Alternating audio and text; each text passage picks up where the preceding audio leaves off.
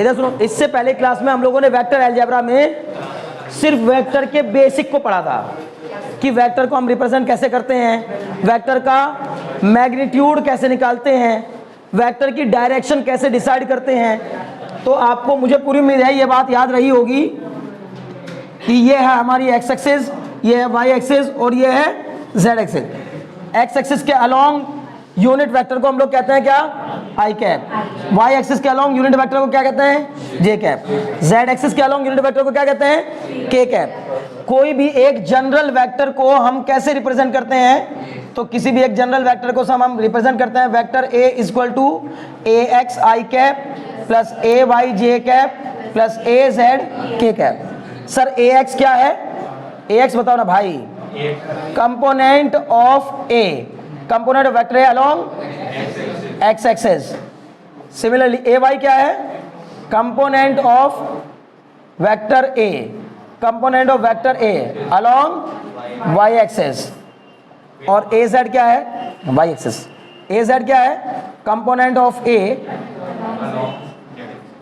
Component of vector A along Z axis. समझ गए ना, ठीक है जी। अब हमने एक फॉर्मूला और पढ़ा है, वेक्टर ए का मैग्नीट्यूड। क्या आप मुझे बता सकते हैं, magnitude of a vector, mod of vector A equal to under root A x square plus A y square plus A z square. हमने एक फॉर्मूला और पढ़ा है, unit vector of vector A. तो क्या होता है, ए का कैप, ए का cap equal to vector A upon mod of vector A. मतलब किसी भी वेक्टर को उसके मैग्नीट्यूड से डिवाइड कर देने पर यूनिट वेक्टर बन जाता है। क्या बन जाता है, यूनिट वेक्टर। किसी भी वेक्टर को उसके मैग्नीट्यूड से डिवाइड कर देने पर एक यूनिट वेक्टर का फॉर्मेशन हो जाता है। बोलो बात समझ में आ रही कि नहीं, बहुत अच्छे। तो A cap equal to vector A upon mod of vector A. यहां तक कोई समस्या, बहुत बढ़िया। दो वेक्टर आपस में इक्वल होते हैं अगर उनका मैग्नीट्यूड और डायरेक्शन दोनों सेम हो। दो वेक्टर आपस में इक्वल होता है अगर उनके सारे कंपोनेंट आपस में इक्वल हो, ए एक्स ए वाई ए जेड सब इक्वल हो। अब मैं कुछ नहीं बताऊंगा, सीधे क्वेश्चन कराने शुरू करूंगा, क्योंकि जो भी समस्याएं आएंगी वो मुझसे साथ साथ पूछना, कुछ भी नहीं है इसमें ऐसा जो आपको दिक्कत करे। देखिएगा एग्जांपल नंबर 4 है ये, ठीक है ना, एनसीईआरटी का। क्या कहा गया, find the value of x y z so that vector A equal to x i cap plus y j cap plus z k cap और वेक्टर बी इक्वल टू कितना दिया गया है, 2 आई कैप प्लस, ये y j है। अच्छा ये y j है तो वहां दिया है 2 जे, यहां पर दिया गया है 2 जे कैप और ये है वाई जे कैप प्लस यहां पर कितना है ये k cap. Are equal, are equal है बच्चों, ध्यान लगाओ बस, अब टाइम ना लगाना, बस देखो जितनी जल्दी जल्दी इनको निपटाओगे उतना ही फायदा होगा, बहुत जल्दी खत्म हो जाएगा। उसने पूछा find the value of x and y, और क्या दे रखा है, ये दोनों आपस में इक्वल है, तो बस x बराबर 2, y बराबर 2, z बराबर 1। नहीं समझे भाई, इसका i का कोफिशिएंट इसके i का कोफिशिएंट इक्वल होना चाहिए, इसके j का कोफिशिएंट इसके j का कोफिशिएंट इक्वल होना चाहिए, इसके k का कोफिशिएंट इसके k का कोफिशिएंट इक्वल होना चाहिए। तो आपको x y z की क्या हो गई, वैल्यू मिल गई। बढ़े आगे, एग्जांपल नंबर 5, ये मिटा रहा हूँ, इसकी जरूरत तो नहीं है ना आपको, तो आसान था, ठीक है ना। चलिए एग्जांपल नंबर 5, कितनी तेजी से जाएगा आगे आगे, ठीक है ना। आप एग्जांपल नंबर 5 में कहा गया है a equal to I cap plus 2 j cap, vector a equal to I cap plus 2 j cap, vector b equal to 2 i cap plus 3 j, 2 i cap plus J cap is mod a equal to, इसने बोला है is mod of a equal to mod of b, are the vector a and b are equal, are the vector vector a and vector b equal, vector a and b equal. बोलिए नहीं sir equal तो नहीं है, पर mode equal है, magnitude क्या होगा, equal. Sir ये ऐसे दो वेक्टर जिनका मैग्नीट्यूड तो सेम है लेकिन डायरेक्शन अलग अलग है। बोलो कैसे समझ में आया, डायरेक्शन अलग अलग है। सर आई वाले के साथ इसका कंपोनेंट 2 है और उसका कंपोनेंट 1 है, इसका जे का कंपोनेंट 2 है उसका जे का कंपोनेंट 1 नहीं। तो इक्वल होने के लिए जरूरी शर्त होती है कि सारे कोफिशिएंट्स, आई का कोफिशिएंट आई वाले के इक्वल, जे का कोफिशिएंट जे वालों के इक्वल, के का कोफिशिएंट के वालों के इक्वल।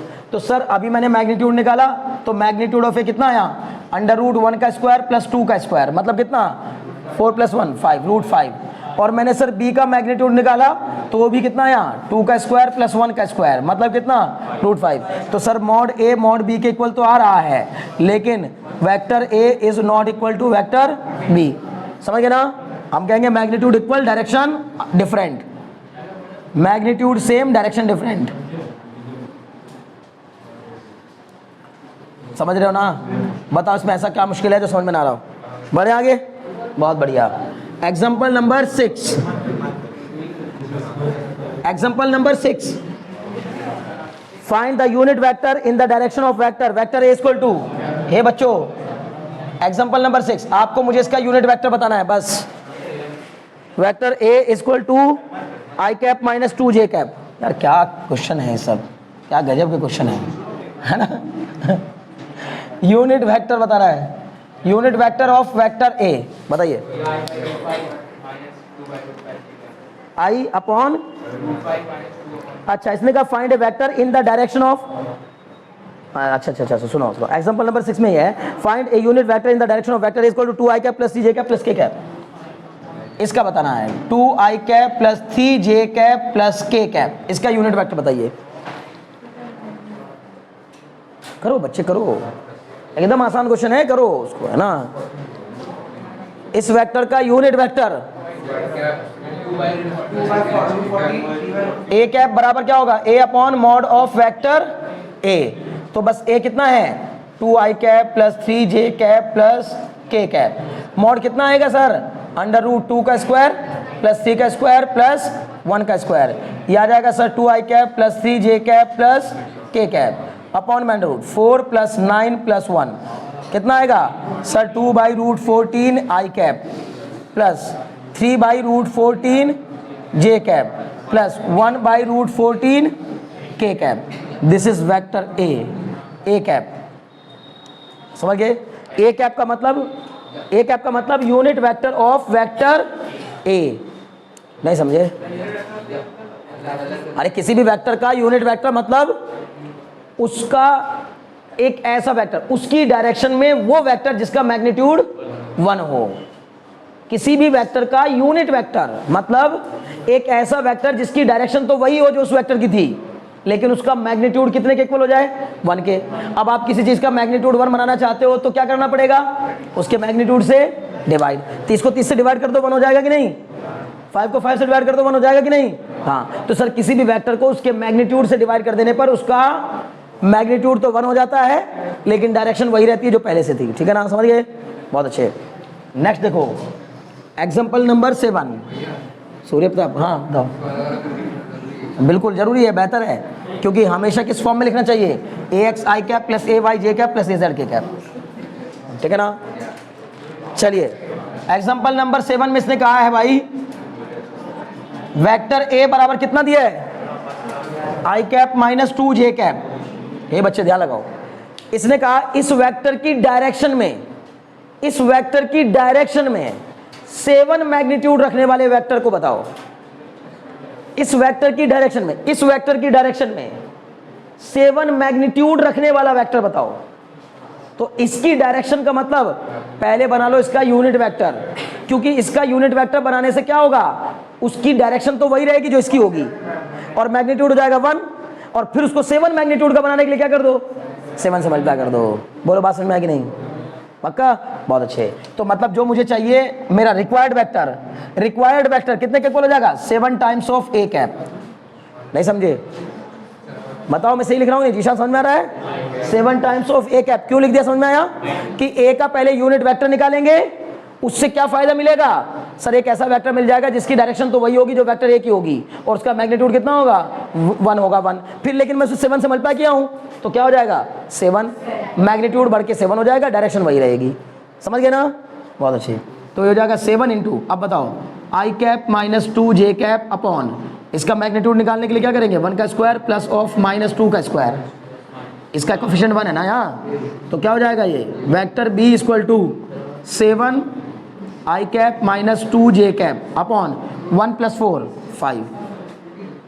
तो आंसर आ गया vector b equal to 7 upon √5 i cap minus 2j cap. बोलो समझ में आया कि नहीं? इस बी के ऊपर मैंने कैप क्यों नहीं लगाया? सर यहाँ पे तो मैंने ए के ऊपर कैप लगाया लेकिन यहाँ नहीं लगाया। भाई ये कोई यूनिट वेक्टर थोड़ी ना है। अब तो ये एक ऐसा वेक्टर है जिसका मैग्नीट्यूड 7 है। अब तो ये एक ऐसा वेक्टर बना जिसका मैग्नीट्यूड 7 है और कैप केवल उनके ऊपर लगता है जिनका मैग्नीट्यूड 1 होता है, जिनका मैग्नीट्यूड 1 होता है। बोलो समझ पा रहे हो कि नहीं? पक्का? बहुत अच्छे। नेक्स्ट देखो भाई, एग्जांपल नंबर 8।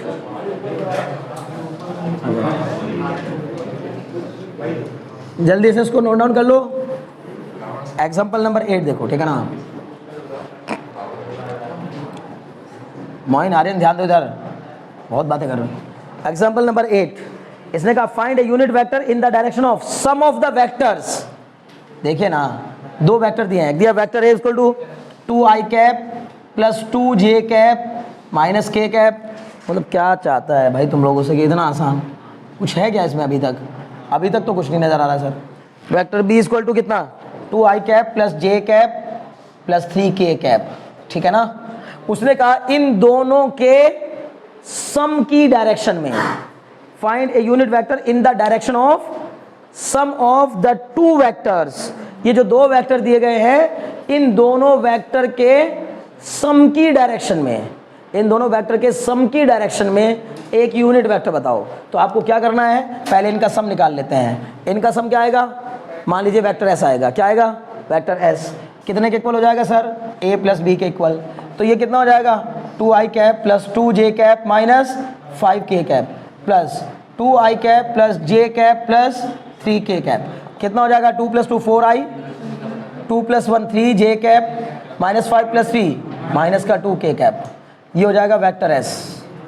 क्लियर? अब इसका मुझे क्या निकालना है? Unit vector.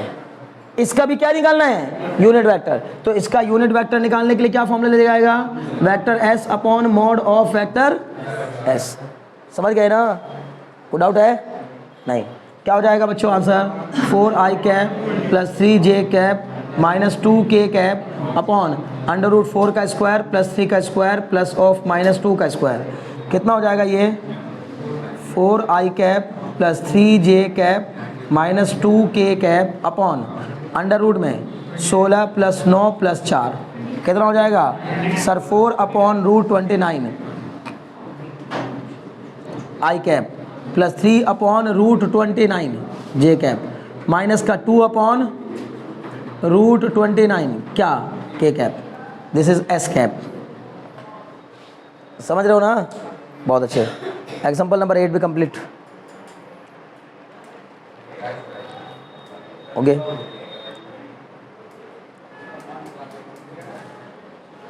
अब ध्यान देना, किसी भी वेक्टर के आई, जे और के के जो कोफिशिएंट्स होते हैं वही उस वेक्टर के डायरेक्शन रेशियोज कहलाते हैं। क्या कहलाते हैं? Direction ratios. मतलब इसका direction ratios 2 to 5 minus 5, 2 to minus 5। और जो ये यूनिट वेक्टर के कंपोनेंट आते हैं यही उसके क्या कहलाते हैं? डायरेक्शन कोसाइंस कहलाते हैं। Direction cosines. समझ ना? वेक्टर ए इक्वल टू होता है A I cap plus B J cap plus सी के कैप। उसमें ए बी सी होते हैं डायरेक्शन रेशियोज। और a upon under root a square plus b square plus c square l होता है l. B upon under root a square plus b square plus c square m होता है m. और c upon under root a square plus b square plus c square n होता है l m n are the direction cosines of that vector. समझ में आ रही बात ना? नहीं समझे? हाँ नहीं, बन के बोल रहे होते बच्चे। इस पूरे का मैग्नीट्यूड 1 है, अकेले अकेले का नहीं है। एल का स्क्वायर, हाँ एल का स्क्वायर प्लस एम का स्क्वायर प्लस एन का स्क्वायर इक्वल टू 1 होता है। क्लियर ना? क्योंकि ये खुद एक यूनिट वेक्टर है, तो जब आप इसका मैग्नीट्यूड निकालोगे तो कितना आएगा? अंडर रूट इसका स्क्वायर प्लस इसका स्क्वायर प्लस इसका स्क्वायर, वो 1 आएगा हमेशा, क्योंकि ये एक यूनिट वेक्टर है। तो इसलिए L square plus M square plus N square हमेशा क्या होता है? 1 के इक्वल होता है हमेशा। ठीक है, समझ पा रहे हो ना? बहुत अच्छे। इसका मतलब ये सब चीज़ें ध्यान रखने वाली है। समझ में आ रहा है ना? ठीक है, ये डायरेक्शन कोसाइन क्यों कहला रहा है? क्योंकि इसमें क्या बन रहा है? कॉस अल्फा बराबर ए, उसके सामने की साइड ए अपॉन इसका हाइपोटेन्यूज। फिर कॉस बीटा बराबर सामने की साइड अपॉन हाइपोटेन्यूज। नहीं समझे?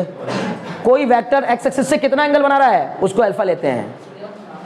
ये बच्चे ध्यान लगाओ इधर, कोई वेक्टर एक्स एक्सिस से कितना एंगल बना रहा है उसको अल्फा, वाई एक्सिस से जितना एंगल बना रहा है उसको बीटा, और जेड एक्सिस से जितना एंगल बना रहा होता है उसको गामा। कॉस अल्फा होता है एल, कॉस बीटा होता है एम, और कॉस गामा होता है एन, इसीलिए उनको कोसाइंस कहा जाता है, डायरेक्शन कोसाइंस। समझ गए? तो कॉस अल्फा की वैल्यू हमेशा क्या आती है? A upon r. A upon r, r बोले तो magnitude of vector r. Clear है? ये जो मैंने लिया इसको मैं वेक्टर आर भी कह सकता हूं ना, ऐसे समझो। छोड़ो, देखिए यहां ध्यान दीजिएगा। If vector r is equal to a I cap plus B J cap plus सी के कैप, तो a comma b comma c are direction ratios. ये क्या कहलाते हैं? डायरेक्शन रेशियोज कहलाते हैं। क्लियर? और सर L बराबर A अपॉन L बराबर कॉस अल्फा, M बराबर कॉस बीटा और N बराबर कॉस गामा, ये क्या कहलाते हैं सर? डायरेक्शन कोसाइन कहलाते हैं सर, डायरेक्शन कोसाइंस। ठीक है ना? ठीक है। अब कॉस अल्फा की value sir A upon under root a square plus b square plus c square की इक्वल होती है, मतलब A अपॉन आर होती है। कॉस बीटा की वैल्यू सर बोलो ना भाई, B upon under root a square plus b square plus c square होती है, मतलब सर बोलो ना B अपॉन आर होती है। आर बोले तो वेक्टर आर का मैग्नीट्यूड, और कॉस गामा की value sir C upon under root a square plus b square plus c square होती है। ये होता है C अपॉन आर। समझ गए ना? और यही, इसी को मैं L कहता हूँ, इसी को M और इसी को N। नहीं समझे? अब आप खुद सोचो, इसका स्क्वायर प्लस इसका स्क्वायर प्लस इसका स्क्वायर, तो ऊपर आ जाएगा a square plus b square plus c square, और नीचे सबका एलसीएम आ जाएगा a square plus b square plus c square, cut के कितना हो जाएगा? 1। समझ गए? Cos square alpha plus cos square beta plus cos square gamma for any vector is always 1। Cos square alpha plus cos square beta plus cos square gamma for any vector is always 1। समझ रहे हो ना? पक्का? बहुत अच्छे। ये वाले फॉर्मूले नोट कर लो, ठीक है ना? ये वाले नोट कर लो। एग्जाम्पल नंबर 8 की तरफ बढ़ी, 9 की तरफ। एग्जाम्पल नंबर 9, इसने कहा है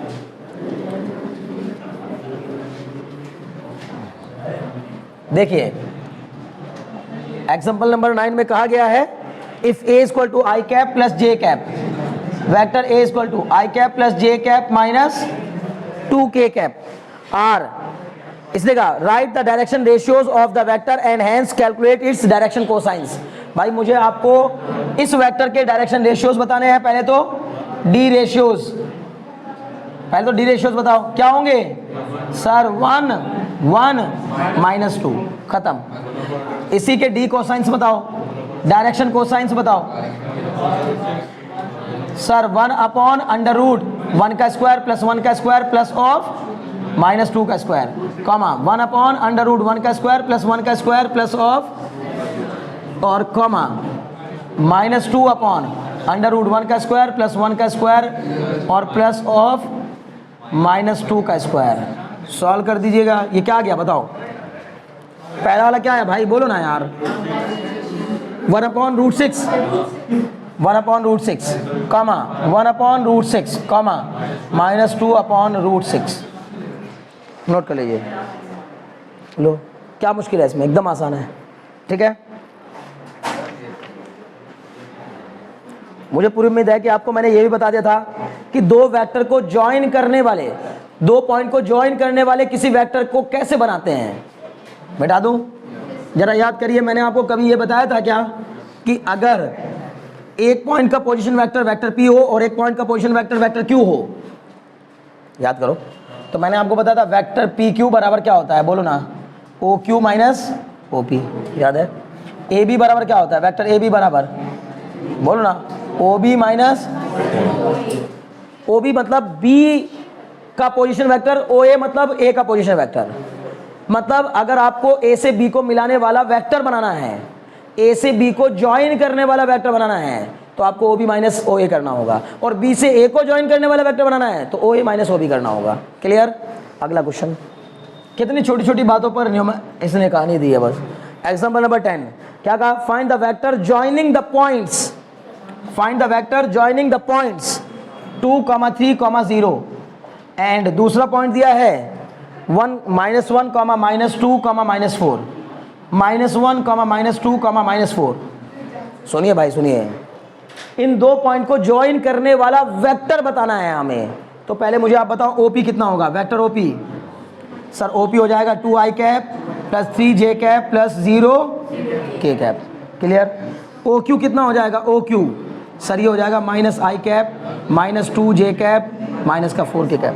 सर मुझे निकालना क्या है? P से Q को ज्वाइन करने वाला वेक्टर, मतलब वेक्टर PQ। तो क्या कर देंगे? Vector OQ minus vector OP। अब बताओ मुझे जरा, OQ में से OP को घटाओ, -i -2i माइनस का 3i -2j -3j माइनस का 5j -4k और माइनस का 0k माइनस का 4k। खत्म, ये आंसर है। समझ गए ना? कहाँ है बताओ, उसमें मुश्किल। अभी बताओ किस तरह की कोई दिक्कत आ रही हो तो बढ़ो आगे। देखो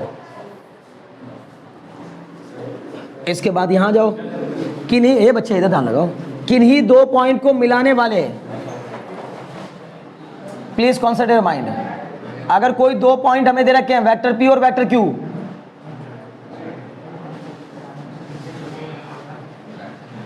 सेक्शन फॉर्मूला क्या है? सेक्शन फॉर्मूला, अगर हमें कोई दो वेक्टर दिए गए हैं, है ना, या फिर एक काम कर लेता हूं, उसको पॉइंट ए और इसको पॉइंट बी मान लेता हूं, पॉइंट बी, तो ए पॉइंट का पोजीशन वेक्टर कितना है? ए भाई ये क्या है? एक्स वाई, और ये इधर क्या है? जेड। ए पॉइंट को मिलाने वाला वेक्टर कितना है? Vector a. बी पॉइंट को मिलाने वाला वेक्टर का पोजीशन वेक्टर कितना है? मान लीजिए वेक्टर बी। अगर आपको किन्हीं दो पॉइंट के पोजीशन वेक्टर पता हो, किन्हीं दो पॉइंट के पोजीशन वेक्टर पता हो, जैसे ये पता थे P का पोजीशन वेक्टर कितना, ये, Q का पोजीशन वेक्टर कितना, ये। क्लियर? तो उन दोनों को, इन दोनों पॉइंट को ज्वाइन करने वाली लाइन को अगर कोई एक थर्ड पॉइंट किस रेशो में काट रहा हो?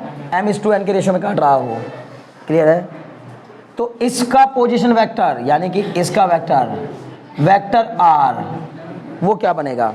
ध्यान दीजिएगा, vector r equal to formula हो जाएगा कितना? mb, बोलो ना, plus na upon m plus n। जरा याद करो, फॉर्मूला पढ़ा करते थे ना हम लोग, mx2 plus nx1 upon m plus n, my2 plus ny1 upon m plus n, mz2 plus nz1 upon m plus n, वो सब इसी में आ गया। बोलो ना, b वाले में क्या आएगा? mx2 आएगा, my2 आएगा, mz2 आएगा, सब आ गया इसी में। नहीं समझे? बहुत अच्छे। तो अब फिर से क्वेश्चन, ठीक है ना? अच्छा, इंटरनली होता है तो ये एक्सटर्नली होता है तो आपको पता ही होगा, क्या कर देते हैं? बस माइनस, यही वेक्टर अगर वो m:n के रेशो में इंटरनली सेक्शन में बांट रहा होगा तो प्लस, और एक्सटर्नली कट कर रहा होगा तो minus. mb minus na upon m minus n, किसके लिए है ये? एक्सटर्नली। ठीक है? एक और बात समझ लो, मिड पॉइंट फॉर्मूला भी बता दो बस, छोड़ो। किन्हीं दो पॉइंट को मिलाने वाले वेक्टर को अगर कोई पॉइंट मिड पॉइंट पर कट कर रहा हो तो बस सर क्या हो जाएगा? Mid point formula. Mid point formula, ठीक है? क्या हो जाएगा?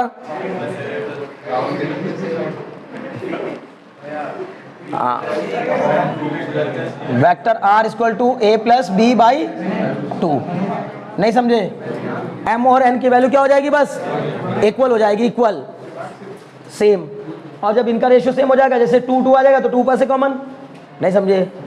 और फिर नीचे से 2 + 2 4 हो जाएगा तो 2 कॉमन लेकर के 2/4। कुछ नहीं है, छोड़ दो उसको, है ना? ठीक है, बात अभी बताऊंगा क्लास के बाद, ठीक है ना?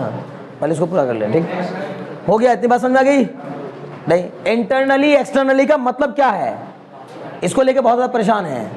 पिछली बार भी बताया था लेकिन भूल जाते हो, है ना? जहाँ जरा सब क्या हो गया, बस इधर से उधर वही कहानी ना, आपका दिमाग घूमने लगता है। सुनो, अभी बता रहा हूँ, ध्यान दो।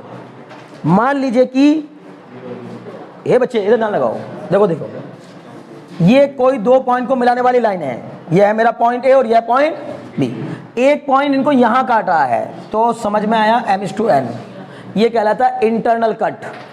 और अगर मैंने कहा कि ये दो पॉइंट हैं और कोई थर्ड पॉइंट यहां लाई कर रहा है, वो इनके बीच में नहीं लाई करता, जो एक्सटर्नली पॉइंट होता है वो इनके आगे कहीं लाई करता है, जैसे अभी मैंने इसको सी नाम दे दिया, तो ये ए, ये बी और ये सी होता है। अब पहले ए से सी को मिलाने वाला रेशियो कितना था और बी से सी को मिलाने वाला रेशियो कितना था? अभी भी ए से सी को मिलाने वाली लाइन कितनी है? m, और बी से सी को मिलाने वाली लाइन कितनी है? n। लेकिन ये एक्सटर्नली है, तो हमने समझो m में बहुत बढ़ा कर ले ली चीज, m में कितना बढ़ा के ले लिया? n के इक्वल, उस m में से n को क्या कर देना है? माइनस कर देना है। समझ में आ गई बात ना? हमने पहले ही उसको बढ़ा के ले लिया m को, ठीक है, एक्सटर्नली, ये मीनिंग होता है इसका एक्सटर्नली का, ठीक है ना भाई, समझ गए? ये टाइम बताओ एक बार, बस मज़ा आ गया, ठीक है ना तो बहुत खेली है यार, आगे बढ़ो, ठीक है ना, कोई बात नहीं, तब ठीक है, बढ़े, इसको मिटा दूं, ठीक। देखो भाई, इंटरनली और एक्सटर्नली के फॉर्मूले आपको मैंने बता दिए, मिड पॉइंट का फॉर्मूला बता दिया। आप देखिए एग्जांपल नंबर 11, इसने कहा consider 2 points P and Q with position vector. देखिए OP कितने के equal? 3a minus 2b। OP कितने के equal? 3a minus 2b। Clear है? दूसरा, एंड OQ कितने के इक्वल? OQ कितने के इक्वल? a प्लस बी के इक्वल। क्वेश्चन में दिया है भाई, बार बार कह रहा हूं, ठीक है। ये है एग्जांपल नंबर 11। ओके, सुनो, P और Q को इसने कहा find the position vector of A point R, find A position vector of A point R which divide the line joining the point P and Q in the ratio 2:1। First point में, first part में internally, second part में externally कर दीजिए। आपको देखिएगा, ये P point है, ये Q पॉइंट है, इसको कोई पॉइंट R क्या कर रहा है? एक बार इंटरनली कट कर रहा है, किस रेशियो में? 2:1 के रेशियो में। एक बार एक्सटर्नली कट कर रहा है, किस रेशियो में? 2:1 के रेशियो में। आपको वेक्टर R बताना है भाई, दोनों केस में, जल्दी से बताइए। M कितना लेंगे? ये। N कितना लेंगे? ये। बोलो क्या फॉर्मूला हो जाएगा? हाँ M, हाँ दोनों केस में सेम, ठीक है ना। केवल तुम्हें वर्ड बदलेगा बस, वो इंटरनली एक्सटर्नली M और N सेम ही रहेंगे, ठीक है ना। ओके जी, अब बताओ, ये हो जाएगा सर MB, क्या फॉर्मूला होता है? यहाँ होता है ना वेक्टर R बराबर MB, ये इसके लिए होता है वेक्टर R बराबर MB plus NA upon M plus N, और यहाँ होता है MB minus NA upon M minus N। तो ये कितना हो जाएगा? M कितना हो गया? 2। B मतलब कौन सा? ये पूरा वेक्टर कितना हो जाएगा? A प्लस B, फिर प्लस N कितना? 1, A कितना? ये पूरा 3A माइनस 2B अपॉन में कितना? M प्लस N, M कितना है? 2 प्लस 1। बोलो कितना हो जाएगा बच्चों? 2A plus 2B plus 3A minus 2B upon 3। 2 plus 3 कितना? 5A। 2B माइनस 2B कितना? 0 अपॉन 3। ये आ गया vector R equal to 5A upon 3। बोलिए बात समझ में आ गई कि नहीं? ये कैसे आया? इंटरनली, ये इंटरनली वाला है। बस एक्सटर्नली भी निकाल दो जल्दी से। तो एक्सटर्नली में sir vector R second part कैसे दिया? एक्सटर्नली, तो सर ये हो जाएगा 2 इंटू बी, मतलब कितना? A plus B minus N कितना? 1 इंटू कितना? 3A minus 2B upon 2 minus 1। Vector R बराबर कितना हो जाएगा? 2A plus 2B, 2A plus 2B minus 3A plus 2B upon 1। 2A plus 2A में से 3A गया, माइनस का A, 2B plus 2B 4B, या गया माइनस A प्लस 4B। बोलो समझ में आया कि नहीं? बताओ कितना आसान है, ठीक है ना।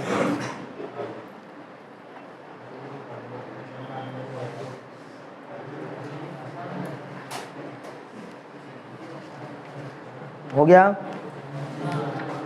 चलिए एग्जाम्पल नंबर 12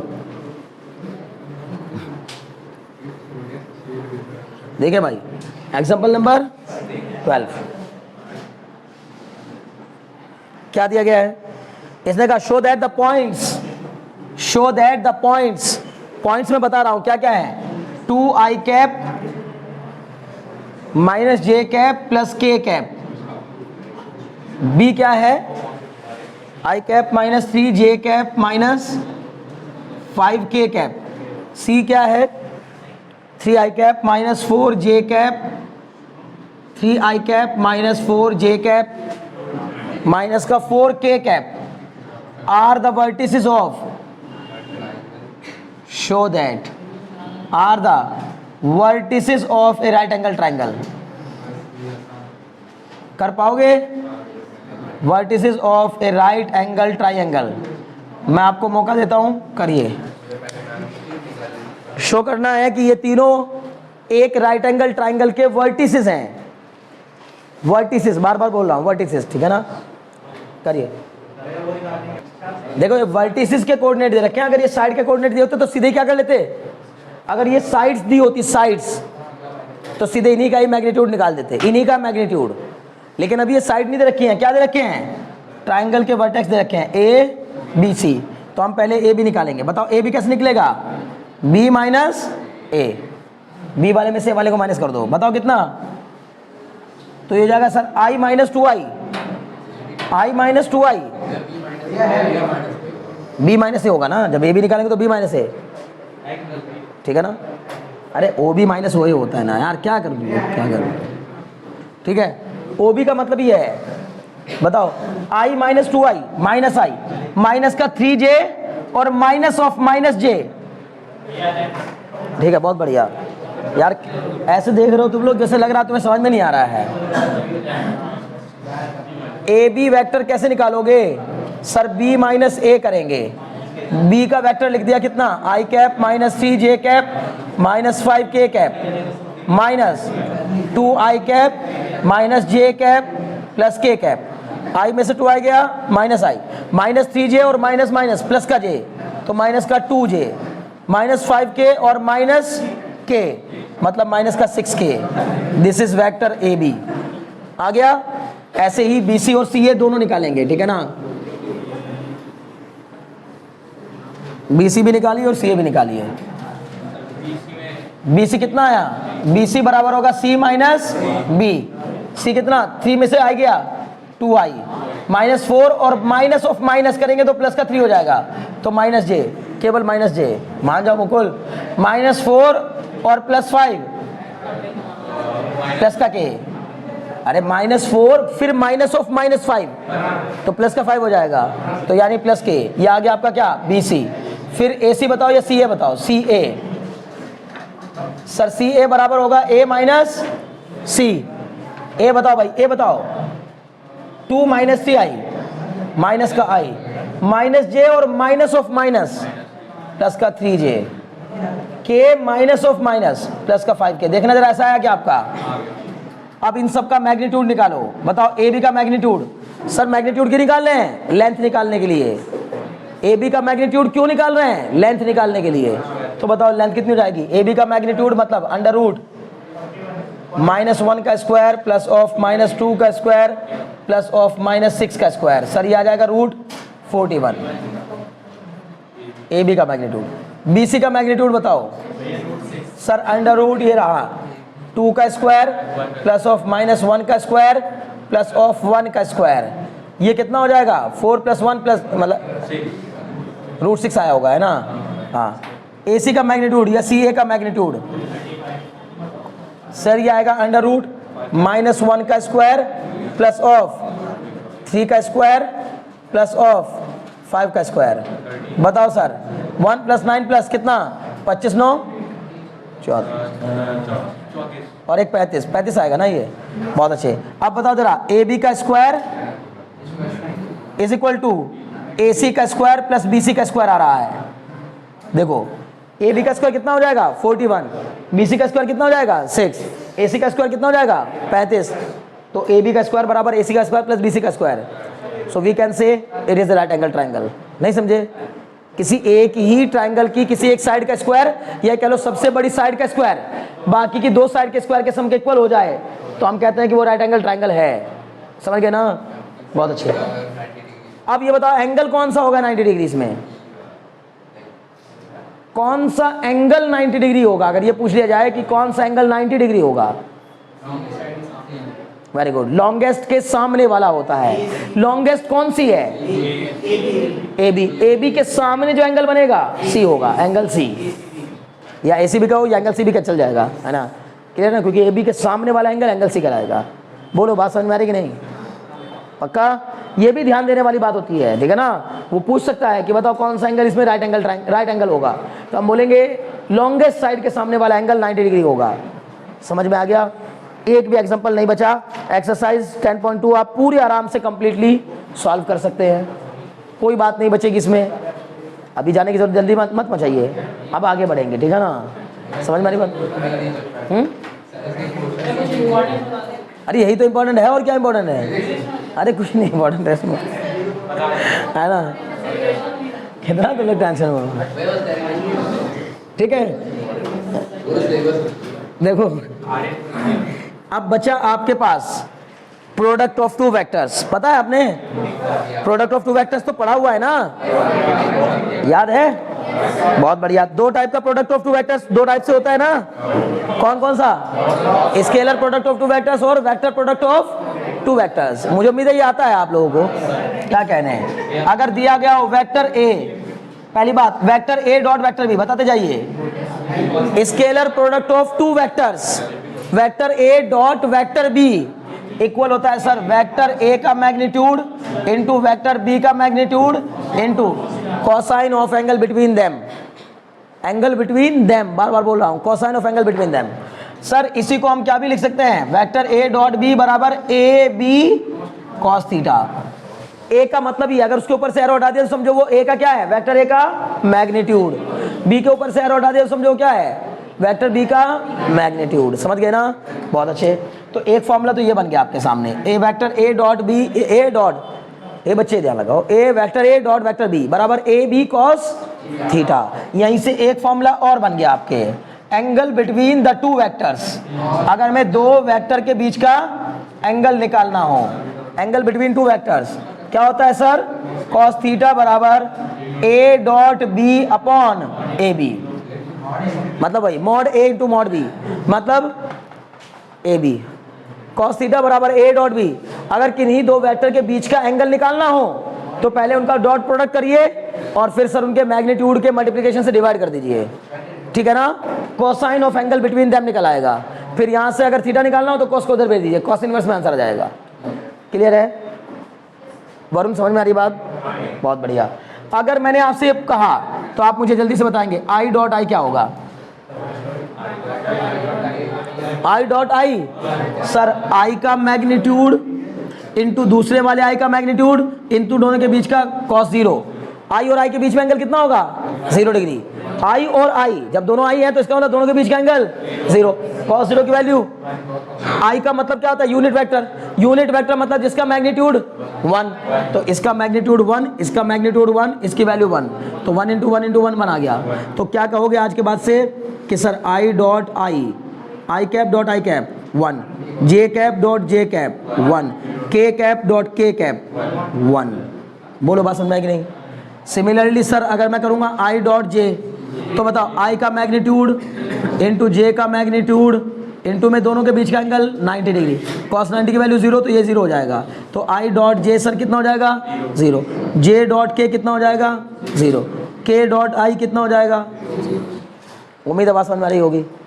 तो दो सिमिलर वेक्टर का प्रोडक्ट डॉट प्रोडक्ट 1 होता है और दो अपोजिट मतलब सॉरी परपेंडिकुलर वेक्टर का डॉट प्रोडक्ट 0 होता है।